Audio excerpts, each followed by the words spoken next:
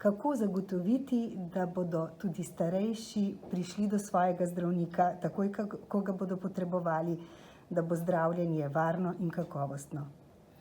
Ja, to je vprašanje, na katerega v Sloveniji ta hip ne boste dobili odgovora.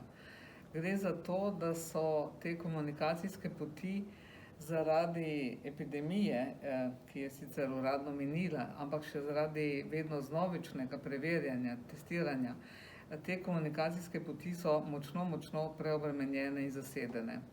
In zato seveda se strinjamo s predlogi izbranih osebnih zdravnikov, da naj pacienti čim več uporabljajo druge komunikacijske poti. S tem bi se seveda sprostile tudi poti za starejše, ki nimajo izbire.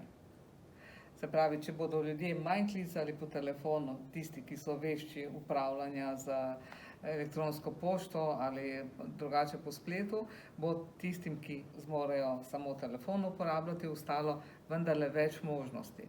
Hkrati pa opozarjamo na solidarnost. Solidarnost v smislu, da bi lahko mlajši pomagali starejšim, ravno pri klicih, pri sporočanju izvidov, pri iskanju receptov, da bi jim pomagali, da bi nadomestili oziroma ta manko, ki ga imajo, bodisi zaradi tega, ker so se prepozno rodili, bodisi zaradi tega, ker jim njihovo stanje več ne omogoča, ne slišijo dobro ali pa ne morejo sami tipkati. Torej, ta solidarnost, ki jo smo jo v času epidemije nekaj časa zaznali, pomagati en drugemu, je malo usahnila.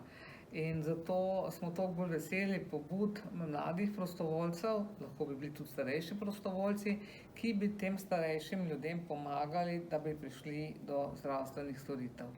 Mi se zavedamo, da starejši ljudje, kot sem rekla, ne zmorejo te komunikacije, ampak ne moremo pa spremeniti danosti števila, če hočete, telefonskih linij, števila zdravnikov, števila medicinskih sester in ne moremo vedeti, kdaj je na telefonski liniji nekdo, ki ne zna nič drugega uporabljati.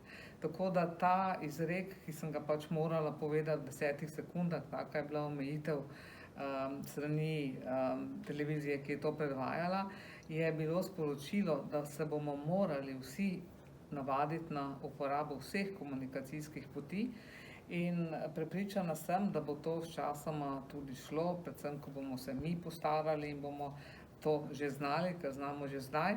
Dokler pa je generacija, ki ni odraščala z računalnikom, pa bo potrebovala pomoč in jaz pozivam Srebrno nit, da se organizirajo prostovoljne skupine, ki bodo starejšim pomagale in pri naročanju in pri pridobivanju datumov, terminov ali pa receptov, da bodo, bom rekla, dobili to, kar potrebuje za svoje zdravje.